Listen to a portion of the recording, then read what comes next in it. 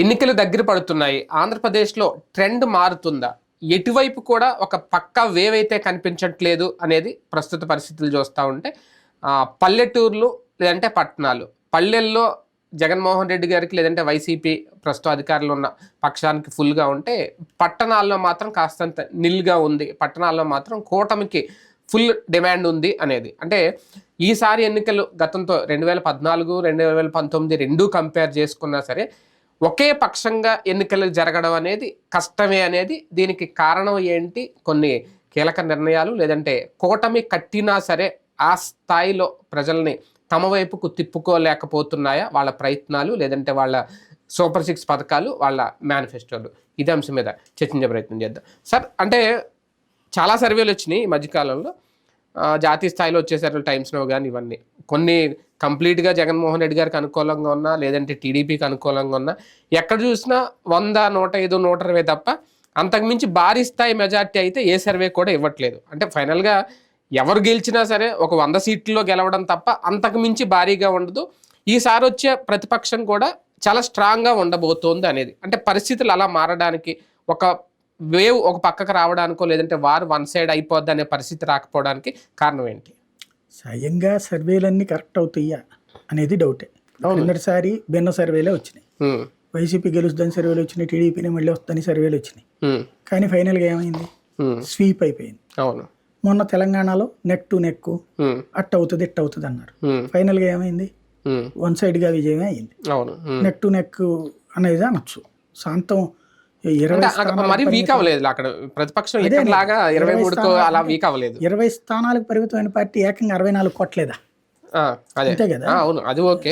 ఆ లెక్కన అంటే చాలా కొట్టినట్టు కదా. అప్పుడు 40-24 కొట్టినట్టు, 43 ఎక్స్ట్రా కొట్టినట్టు కదా. అవును అవును. మరి అది చాలా పెద్ద విజయం కదా. అంటే భారీగా పుంజుకున్నట్టే కాంగ్రెస్ పార్టీ. అదే సందర్భంలో బీజేపీ 0 నుంచి ఏకంగా 8కి వెళ్ళింది, 1 నుంచి. కాబట్టి అట్లాగా లెక్క చెప్పలేము. ఎన్ని ఇవాళ ఏమవుతున్నదంటే ప్రజలు ఒక భయంతో ఉన్నారు. ఎలాగా? ట్రోలింగ్ భయం. ఇప్పుడు ఇవాళ సర్వేలు చేస్తున్నారు. ఎట్లయిపోయింది? యూట్యూబ్ వాళ్ళ సర్వేలు, ఐటీడీపీ వాళ్ళ సర్వేలు, ఐపాక్ వాళ్ళ సర్వేలు, ఇట్లాగా సర్వేలు వచ్చేటప్పటికి వాళ్ళు కన్ఫ్యూజ్ అవ్వడం కాదు, మామూలుగా అయితే సమాధానం చెప్పేవాళ్ళేం. కానీ ఎవరన్నా ఏదైనా చెప్తే యూట్యూబ్లో వీటిట్లో రాగానే ఆ సదరు పార్టీ వాళ్ళు దాన్ని హైలైట్ చేస్తున్నారు. చేస్తే గీతాంజలి లాంటి ఉదంతాలు అవుతున్నాయి. అమ్మాయికి నిజంగానే సొంత ఇల్లు వచ్చింది, స్థలం ఆవిడ జీవితంలో ఒకసారి సొంత స్థలంగా ఉంటే మనం ఎంత సంబరపడిపోతాం. అట్లాగే అమ్మాయి సంబరపడితే పావలా మనిషి, లేకపోతే లమ్ము, డాష్, ముమ్ము, ఒక సామాన్య మహిళ ఏం తట్టుకుంటది? సూసైడ్ చేసుకోవాలి వచ్చి. లేదా పాప మా పిల్లలు ఇంగ్లీష్లో మాట్లాడితే ఎంత అవమానించారు వాళ్ళని. కాబట్టి ఇప్పుడు ఎవరైనా మాట్లాడాలంటే భయం వేసిపోతుంది. వాస్తవంగా ఎవడైనా అధికార పక్షానికి భయపడాలి, ప్రతిపక్షానికి భయపడుతున్నారు, ప్రతిపక్ష మీడియాకి భయపడుతున్నారు, లేదా ప్రతిపక్ష ట్రోలింగ్కి భయపడుతున్నారు, సోషల్ మీడియా భయపడుతున్నారు, ఏది సామాన్యులు భయపడుతున్నారు చెప్తే. కాబట్టి ఇప్పుడు ఎవరు నోరు మెదుపుతాడు? కాబట్టి ఎవరు అడిగినా సరే వాళ్ళు అడుగుతున్న ప్రశ్నల్ని బట్టి వాళ్ళు ఏ పార్టీని గమనిస్తున్నారు. మీకే ఓటేస్తామంటున్నారు వాళ్ళు. రివర్స్ ప్రశ్నలు వేసినటువంటి వాళ్ళకి అర్థమైంది. అట్లా ఒక 2-3 ఇట్లా సర్వేలు చేస్తున్న వాళ్ళతో నేను మాట్లాడినప్పుడు, వీళ్ళు తెలుగుదేశం కోసం సర్వే చేశారు, ఒకళ్ళేం వైసీపీ కోసం సర్వే చేశారు. చేసినప్పుడు అట్లాగైతే అట్లాగే చెప్తున్నారని, తెలుగుదేశం కోసం సర్వే చేస్తున్న అతను వైసీపీకి అడిగినట్టుగా జగన్ గెలుస్తాడు కదమ్మా, ఏంటమ్మా ఇట్లా అడిగితే అవునండి ఆయనకేనండి, మళ్ళీ ఇంకో మనిషిని పంపించి వాళ్ళని అడిగితే తెలుగుదేశం అంటే తెలుగుదేశమేనండి అంటున్నారు. అంటే వీళ్ళకి అర్థమైపోయింది అప్పుడు. అందుకని సర్వేలో ఇప్పుడు ఫోనుల్లో అడుగుతున్నారు. సర్వేలు ఫోనుల్లో ఎవరు మాట్లాడతారు? సామాన్యుడు మాట్లాడుకో. నాకు ఫోన్ చేశారు అనుకోండి, నాకు 3-4 ఫోన్లు వచ్చినాయి, సర్వేలో మీరు సహకరించాలని. కట్ చేశాను. ఎందుకు నేను వాడికి ఎందుకు చెప్పాలి నా అభిప్రాయాన్ని? నా అభిప్రాయం పోలింగ్ బూత్ లో చూపెట్టడం బెటర్ కానీ వాడికి ఎవరికో చెప్పాల్సిన అవసరం ఏంటి అనేటువంటి రూట్లో ఇప్పుడు ఈ రాజకీయ పార్టీలు కూడా ఫోన్ సర్వేలు చేయించడం ఇవన్నీ చేయిస్తున్నారు. కాబట్టి ఈ భయంతో సామాన్యుడు డోర్ మెదపకపోవడం అది రాజకీయ పార్టీలు దరిద్రమే. రాజకీయ పార్టీల్లో కూడా భయం కనిపించట్లేదా? ఖచ్చితంగా అంటానే ఉంటాయి. ఇప్పుడు సంతోషం పైకేనండి. అవును. ప్రతి ఒక్కళ్ళు వైఎస్ఆర్ కాంగ్రెస్ పార్టీ వాళ్ళకి వణుకుంది, టీడీపీ వాళ్ళకి వైపు మేకపోతు గాంభీర్యం. సింపుల్ గా అందులో లేదు అనుకోవడానికి అమాయకత్వం అంతే. ఒక రకంగా సర్వేలు ఎవరికి వాళ్ళు చేయించుకున్నా ఏం చేసినా పల్లెలు వర్సెస్ పట్టణాలు అన్నట్టుగా ఈసారి ఎన్నికలు ఉండబోతున్నాయి. ఎందుకంటే ప్రతి గ్రామీణ ప్రాంతాల్లో దాదాపుగా, మరి అన్ని చోట్ల ఉన్నాయో లేదని కానీ మ్యాక్సిమం నేను చూసింది కూడా రైతు భరోసా కేంద్రాలు కానీ, హెల్త్ క్లినిక్లు కానీ, లేదంటే ఈ గ్రామ సచివాలయాలు, వార్డు సచివాలయాలు, నాడు నేడు పేరుతో బళ్ళు డెవలప్మెంట్, ఇవన్నీ ఎక్కువ అక్కడే కేంద్రీకృతం అవ్వడం, అక్కడ ఎక్కువగా ఉండవు. అలాంటి పట్టణాల్లో లేవని కాదు నా ఉద్దేశం. కాకపోతే ఎక్కువ ఓటు బ్యాంకు అక్కడ అధికార పక్షానికి రావడం, అక్కడ కూటమికి కాస్తంత ఇబ్బందికర వాతావరణం, అందుకే వేవ్ వన్ సైడ్ కాలేకపోతుందా? అంటే బేసిక్గా డామినేషన్ చెయ్యడం వేరు, ఆ చేసిన దాన్ని జనం నమ్మడం వేరు. అదే ఇప్పుడు చంద్రబాబు నాయుడు 2014 నుంచి 19 దాకా చేసింది తనే పీక్ స్టేజ్ అని నమ్మాడు, అంతే కదా. అవును, రుణమాఫీ చేశాను, అంతా చేయకపోయినా కొంత చేశాను, 3 విడతల్లో ఎంతో కొంత ఇచ్చాను, అంతకుముందు ఎవడిచ్చాడంట. రాజశేఖర రెడ్డి టైంలో కూడా రుణమాఫీ ఏం జరగల. అప్పట్లో ₹1,00,000 పైబడి లోన్స్ ఎవరి ఉన్నాయో చూసి అప్పుడు కొన్ని జాతీయ సంస్థలకు సంబంధించి కొంతమందికి రుణమాఫీ చేస్తున్నారు, వాళ్ళు రైట్ ఆఫ్ చేస్తున్నారు లోను. ఆ చేస్తున్న టైంలో అది బీజేపీ విమర్శిస్తుంది కాబట్టి ముందు జాగ్రత్త చర్యగా రైతుల రుణాలు ఎంత ఉన్నాయంటే ₹1,00,000 పైబడి ఏళ్ల తరబడి పెండింగ్లో ఉన్నటువంటి లోన్స్, అంటే 5 ఏళ్ళు 6 ఏళ్ళుగా కూడా కట్టలేనటువంటి వాళ్ళు ఇన్ని ఉన్నాయి అని చెప్పారు. అది మొత్తం కలిపితే ఒక 60,000 కోట్లు ఎంత ఉన్నాయని తేలింది. అది రుణమాఫీ చేసేయండి అన్నారు. ఆ విధంగా లబ్ధి పొందారు. అది రాజశేఖర రెడ్డి చేశారనే ఇక్కడ ప్రచారం చేసుకున్నారు. యాక్చువల్గా అదేంటి, దేశవ్యాప్తంగా జరిగింది అది రుణమాఫీ, రైతు రుణమాఫీ. అది తప్పించి అది ఎవరికి వచ్చింది, ఓ రకంగా చెప్పాలంటే మొండి బకాయిదారు, అంటే ధనవంతులు వాళ్ళ పొలాలు తాకట్టు పెట్టి లోన్ తీసుకున్నారు. ధనవంతులు అనే కంటే కూడా పెద్ద రైతు, మరీ కోటీశ్వరుడు కాదు, లక్షాధికారి, ఇది నిదానంగా తీరుద్దాంలే ఏడిపోద్ది అని ఆగుతున్నాడు. అట్లాంటి వాళ్ళకి తీర్చారు, సామాన్య రైతుకి ఏం అందల. అదే చంద్రబాబు నాయుడు ఏం చేశాడు, ముందు అంతా సంపూర్ణ రుణమాఫీ చేస్తానన్నా సరే, ₹25,000 ఉన్న వాళ్ళకి 5,000 10,000 ఇవ్వటము ఇట్లాగే చేశాడు. కాబట్టి అసలు ఆ అమౌంటే నేను ఎక్కువ ఇచ్చాను కదా, అంతకుముందు ఎవడివ్వలేదు కదా. అట్లాగే డ్వాక్రా వాళ్ళకి 10,000 ఎవడివ్వలేదు కదా, నేనే 10,000 ఇచ్చాను కదా అని అనుకున్నారు. కానీ జనం ఏమనుకున్నారు, ఎక్కడ దెబ్బతిన్నారు, ఈయన అదేదో మొదటి ఏడాది చేసేసి ఉంటే జనం పెద్దగా ఫీల్ అయ్యేవాడు కాదు. లేట్ చేయడం వల్ల ఏమైంది, 3 ఏళ్ళు అయ్యేటప్పటికి అందులో ఈయన ఎలక్షన్ ప్రచారం అప్పటి నుంచి మీరు అప్పులు కట్టకండి అన్నారు. ఈయన నమ్మేసి వాళ్ళు చెల్లించలా, దానివల్ల బకాయిలు పడిపోయారు. ఈయన ఇచ్చిన డబ్బులు వడ్డీలకు వెళ్ళిపోయింది, అసలు అట్లాగే ఉండిపోయింది. దాంతో వీళ్ళు అప్పులు పాలైపోయారు. ఆ కోపంతో జగన్ కేసారు ఓట్లు ఆ రోజు, ప్రాక్టికల్ గా చెప్పాలంటే. ఇప్పుడు అట్లాంటి నెగిటివిటీ ఉందా గ్రౌండ్ లెవెల్లో? జగన్ చెప్పినటువంటి సంక్షేమ పథకాలకు సంబంధించిన దాంట్లో ఎంతమందికి అందింది? ఇతను 90% అంటున్నాడు. అందితే ఓటేయాలా లేదా? ఇంతకంటే ఎక్కువ ఇస్తానంటున్నాడు కదా చంద్రబాబు, అతనికి ఎందుకు వేయకూడదు? ఈ చర్చ నడుస్తుంది కదా. అతన్ని నమ్మాలా లేదా అన్న దాని మీద ఉంటుంది తప్పించి, ఈ ప్రస్తుతం ఎవరికి వాళ్ళైతే డిసైడ్ అయిపోయారండి, అందులో నో డౌట్ గెలుస్తామని. జనం కూడా ఎవరికి వేయాలో డిసైడ్ అయిపోయారు. వాళ్ళు ఎవరి వైపు ఉన్నారో తెలియట్లేదు వీళ్ళకి. మీకు ఈనాడు ఆంధ్రజ్యోతి చూస్తే భయం ఎక్కువ కనబడుతుంది. ఎందుకని ఎందుకు వాళ్ళకి భయం ఎక్కువ కనబడుతుంది అంటున్నానంటే, రకరకాల టాపిక్లు తీస్తున్నారు రోజుకి. ఇదిగో రైతులకు అన్యాయం అయిపోయారు, టీచర్లకు అన్యాయం అయిపోయారు, డాక్టర్లకు అన్యాయం అయిపోయారు, లేకపోతే రోజుకి ఒక 5 రకాల సెక్టార్స్ వీళ్ళందరూ నాశనం అయిపోయారు. జగన్ వచ్చాక అంతకుముందు బాగుండేవాడు, అంతకుముందు అద్భుతంగా పెంచే ప్రయత్నం చేస్తున్నారు. దాన్ని బట్టి ఏంటి, ఇంకా ఇప్పుడు చంద్రబాబు నాయుడు వస్తే మంచి జరుగుతుందని జనం నమ్మట్లేదు. జగన్ చెడ్డోడు, జగన్ నాశనం చేస్తున్నాడని నమ్మించే ప్రయత్నం చేస్తున్నారు వీళ్ళు. అందువలన నాకు డౌట్ ఉంది అక్కడ. అంటే ముగ్గురు కలవడం వల్ల ప్రజలు అంత ప్రయోజనంగా ఏం ఫీల్ అవ్వట్లేదా? ఇప్పుడు చంద్రబాబు నాయుడు, కాంగ్రెస్ పార్టీ, కమ్యూనిస్టులు అందరూ కలిశారు కదా తెలంగాణలో, మరి ప్రయోజనంగా ఫీల్ అవ్వాలిగా. మహాకూటమి ఎందుకు అవ్వాలా? బేసిక్ గా కూటమి అనేటువంటిది సఫిషియంట్ గా ఉంటే 2014లో పనికొచ్చింది. ఎందుకని 10 ఏళ్ళు ఈయన గ్యాప్,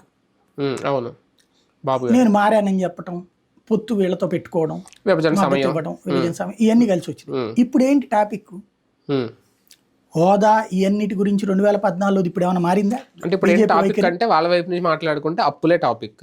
అది అప్పులు అనేటువంటి దాని గురించి జనం పట్టించుకుంటారా? ఉమ్, ఎందుకంటే రోజు కనబడ్డప్పుడు మన సెల్ ఫోనుల్లో నుంచినే అప్పు తీసుకుంటున్నాం. అదే లోన్స్. మనమే తీసుకున్నప్పుడు ప్రభుత్వం తీసుకోదు అనుకుంటారా? రెండోది సంక్షేమ పథకాలకు పెడుతున్నాడు కదా అప్పు. అప్పుని చాలా పెద్ద భూపతత్వంలో చూపెట్టడం అంటే పోనీ చంద్రబాబు నాయుడు ఏ అప్పు చేయకుండా ఉండి మిగులు బడ్జెట్ చూపెడితేనో లేదా రూపాయి. ఆ రోజున ఏంటి 5 ఏళ్ళు ఏం చెప్పారు జనానికి? విభజిత రాష్ట్రమే అప్పుతో బిగినైంది, అప్పు చేయక తప్పట్లేదు, ఈ వారం కూడా అప్పు చేశారు, తప్పదు పాపం అని రాసుకొచ్చారు. ఇప్పుడు అది అప్పు బూత్ అంటున్నారు. ఇది జనాలకు ఎందుకు పడుతుంది? మరోసారి రాష్ట్రం నాశనం అని అంటున్నారు. దాన్ని జనం పట్టించుకుంటారా? నాకు తెలిసి ప్రభుత్వం అప్పు చేసింది కాబట్టి అంటే కేంద్ర ప్రభుత్వానికి కూడా ఓటేయకూడదు. 1,00,000 కోట్లు అప్పు చేశారు వాళ్ళు. అసలు చర్చ జరగట్లేదు కదా, కాంగ్రెస్ అది చేయడమే లేకపోతుంది కదా. 1,00,000 కోట్ల అప్పు. ఇంకోటి కరోనా తర్వాత ప్రతి ఒక్కడికి కూడా అప్పు తప్పదు అని అర్థమైంది. కరోనా టైంలో ప్రతి ఒక్కళ్ళం అప్పు చేసాం, చేయకుండా ఎవరు ఉన్నాం ప్రాక్టికల్ గా. కాబట్టి అప్పుని పెద్ద సబ్జెక్ట్ గా తీసుకుంటారంటే ఎవరంటే జగన్ వ్యతిరేకులు, అదొక టాపిక్. అంతేగాని అదే టాపిక్ తో ఓట్లేరు. సామాన్యుడికి ఏంటి సంబంధం? కానీ ఈసారి ఈ ఎన్నికల్లో పట్టణాల ఓటింగ్, పట్టణ ప్రాంతాల్లో అధికార పక్షం మీద భారీ వ్యతిరేకత, అది విపక్షానికి కలిసి వస్తుంది అనేది చాలా చెప్తున్నా. 75 నియోజకవర్గాల్లో అయితే గతంతో పోలిస్తే స్ట్రాంగ్ గా ఉంది కూటమి కట్టడం వల్ల. అదే అన్న ఎఫెక్ట్ అవుతుంది అంటే ఆంధ్రప్రదేశ్లో పట్టణ ప్రాంతాలన్నీ కలిపితే 35 అండి. ఏ 75 ఎక్కడి నుంచి వచ్చినాయి నాకు అర్థం కాల. మౌత్ పబ్లిసిటీ తప్పించి. ఇప్పుడు విజయవాడలో ఏమున్నాయి పెద్ద నగరాలు మనకి? విజయవాడ, గుంటూరు, విశాఖపట్నం, కడప, కర్నూలు, అనంతపురం, కాకినాడ, రాజమండ్రి, ఇట్లాగా ఇవన్నీ కలిపితే 35-40 నియోజకవర్గాలు. అది కూడా ఏంటి మళ్ళీ పక్కన ఉన్న రూరల్ తో కలిపితే. అంతే. విజయవాడ వెస్ట్ అంటే మొత్తం అర్బన్ కాదు, సగం రూరల్ ఉంది అక్కడ. అట్లాగే విజయవాడ ఈస్ట్ లో కొంత రూరల్ ఉంది. కాబట్టి ఫుల్లీ అర్బన్ వచ్చేటప్పటికి 30-35 ఉంటాయి. ఇంకోటి అర్బన్ లో పేదవాడికి కూడా సంక్షేమం ఉంటది కదా. అవును, ఉంటారు కదా, పేదవాళ్ళు కూడా ఉంటారు. అర్బన్ లో మార్పులు కూడా ఉన్నాయి కదా. ఇక్కడ రియల్ రీజన్ ఏంటంటే మీకు మన ఇంట్లో పని మనిషి ఇదివరకు నేను 2019 నాటికి 2,000 ఇచ్చేవాడిని నెలకి, నలుగురికి కలిపి. ఇప్పుడు 5,000 తీసుకుంటుంది. ఇదివరకు కమిటెడ్గా 3-4 గంటలు పనిచేసేవాడు, ఇప్పుడు 5,000 తీసుకుని ఒక అరగంట గంట. ఈ మాట నేను ఆ పని మనిషిని తిట్టలేను. కాబట్టి జగన్ గారు ఇవ్వడం వల్ల ఇదంతా అనే కోపం. అంతే. అవును. అట్లాగే ఓ షాపు వ్యాపారస్తుడు ఇదివరకు 2019లో 3,000-4,000 ఇస్తే మనిషి దొరికేవాడు, ఇప్పుడు 7-8,000 ఇస్తే కానీ దొరకట్లేదు. కాబట్టి ఆ వ్యాపారస్తుడు అతన్ని తిడితే రేపు పనికిరాడు. కాబట్టి జగన్ గడి వల్ల ఇదంతా. ఇలాంటి నెగిటివిటీ సిటీల్లో ఉంటది ఖచ్చితంగా. అయితే వీళ్ళు ఎంతమంది? షాపు యజమాని ఇటుంటే గుమస్తా ఎటుంటాడు మరి? ఇది లెక్క. కాకపోతే వెరీ సింపుల్ లాజిక్ ఏంటంటే జగన్ మీద విపరీతమైన ద్వేషాన్ని 5 ఏళ్ల నుంచి పెంచారు, ప్రయత్నించారు. దానికి ఇప్పుడు యాడెడ్ అడ్వాంటేజ్ షర్మిల వీళ్ళందరూ, దానికి తోడు పొత్తు. ఇన్ని కలిస్తే జగన్ దించేయాలి, ఇన్ని కలిస్తే దిగిపోవాలి లెక్క ప్రకారం. అది సక్సెస్ అయితే, ఫెయిల్ అయితే రివర్స్ అవ్వాలి. ఇంతే. చంద్రబాబు గారి face value, Jagan face value ఇక్కడ అంటే కూటమిలో 3 పార్టీలు ఉన్నా భారతీయ జనతా పార్టీని మేము క్యాలిక్యులేట్ చేయట్లేదు అనేది కొన్ని చోట్ల వాళ్ళ నాయకులే చెప్తున్నారు. ఎందుకంటే ముగ్గురు కలిసి కూడా వెళ్ళట్లేదు. వీళ్ళిద్దరి మీద ఆధారపడి ఉంటాయా కూటమి రేపొద్దున గెలుస్తుందో లేదో అనేది? ఖచ్చితంగా చంద్రబాబు రాజకీయము జగన్ రాజకీయం మీదనే కదా ఉండేది గెలుపని. పవన్ అంటే పవన్ ఇక్కడ కంపారిజన్ లేదు. ఇప్పుడు ఇక పవన్ అనేటువంటి ఆయన మద్దతు చంద్రబాబుకి కాబట్టి ఇప్పుడు ఇద్దరిలో ఎవరినో ఒకళ్ళని చూస్ చేసుకోవడం తప్పించి వేరే ఏం లేదు ఆప్షన్ అక్కడ. చంద్రబాబు వర్సెస్ జగన్, అంతే. Simple logic. అంటే జగన్ కి వీళ్ళిద్దరే ఒక టఫ్ ఫైట్, టఫ్ పోటీ అని ఎలా చెప్తావు అనేది? అంతే. ఇంకెవరు ఉన్నారని అక్కడ మూడో పోటీ ఏముందని? మూడో వాళ్ళు ఉంటే ముగ్గురు మధ్య పోటీ అనుకోవచ్చు. ఇక్కడ వాళ్ళు ముగ్గురు కలిసిపోయారు కాబట్టి ఇంకా వేరే వాళ్ళు ఎవరు ఉందని అసలు పోటీ. కాంగ్రెస్ పార్టీ ఎంతవరకు ఓట్ బ్యాంక్ అని చీల్చుతుంది అనుకోవచ్చు, అసలు లెక్కల్లో వేసుకోవచ్చా? వేయచ్చు. అంటే మొదట్లోతో పోల్చుకుంటే కొంచెం ఇంప్రూవ్ అయ్యారు. ఎట్లాగా? సిట్టింగ్ ఎమ్మెల్యేలు కొంతమంది వెళ్ళి చేరడం వల్ల. అవును. అలాగే బలమైనటువంటి నాయకులు, ఇంత ముందు శాంత అజ్ఞాతంలోకి వెళ్ళిపోయిన నాయకులు మళ్ళీ రోడ్డు వచ్చారు. పల్లన్ రాజులు, లేకపోతే మోహన్, వచ్చారు కాబట్టి కొంత ప్రయోజనం ఉండొచ్చును. వాళ్ళు ఇండివిజువల్ గా పోల్ మేనేజ్మెంట్ తెలిసిన వాళ్ళు కాబట్టి. ఇదివరకు వచ్చినటువంటి 1.5తో పోల్చుకుని నేను అనుకోవడం 3-4% దాకా ఓట్లు రావచ్చు అనుకుంటున్నాను. వాళ్ళకి కూడా అది అధికార పక్షానికే గండ ఇద్దరికి గండి. కూటమిక అధికార పక్షం నుంచి డ్రాప్ అవ్వచ్చు, ఈ అధికార పక్షం నుంచి డ్రాప్ అయ్యే ఓటు వాస్తవంగా ప్రతిపక్షానికి వెళ్ళాలి, అప్పుడు వాళ్ళకి గండి అవుతుంది. ఒక రకంగా వాళ్ళకి కూడా గండి. రైట్, చూద్దాం. మొత్తానికి ఎన్నికలు దగ్గర పడుతున్న సమయంలో సర్వేల నుంచి వస్తున్న ఫలితాలు కానివ్వండి, లేదంటే వీళ్ళకి కంపేర్ చేసుకుంటే గెలుపు ఎవరు గెలిచినా ఒక బలమైన ప్రతిపక్షం అయితే ఏర్పడుతుంది అనేది చాలా సర్వేలు కూడా చెప్తున్నాయి, చాలా విశ్లేషణలు కూడా చెప్తున్నాయి. 175కి 75 నియోజకవర్గాల్లో స్ట్రాంగ్గా ఉన్నాం అని చెప్పి విపక్షాలు చెప్పుకుంటున్న నేపథ్యంలో ఎవరు గెలిచినా 100కు మించి సీట్లు రావా, వేచి చూడాల్సి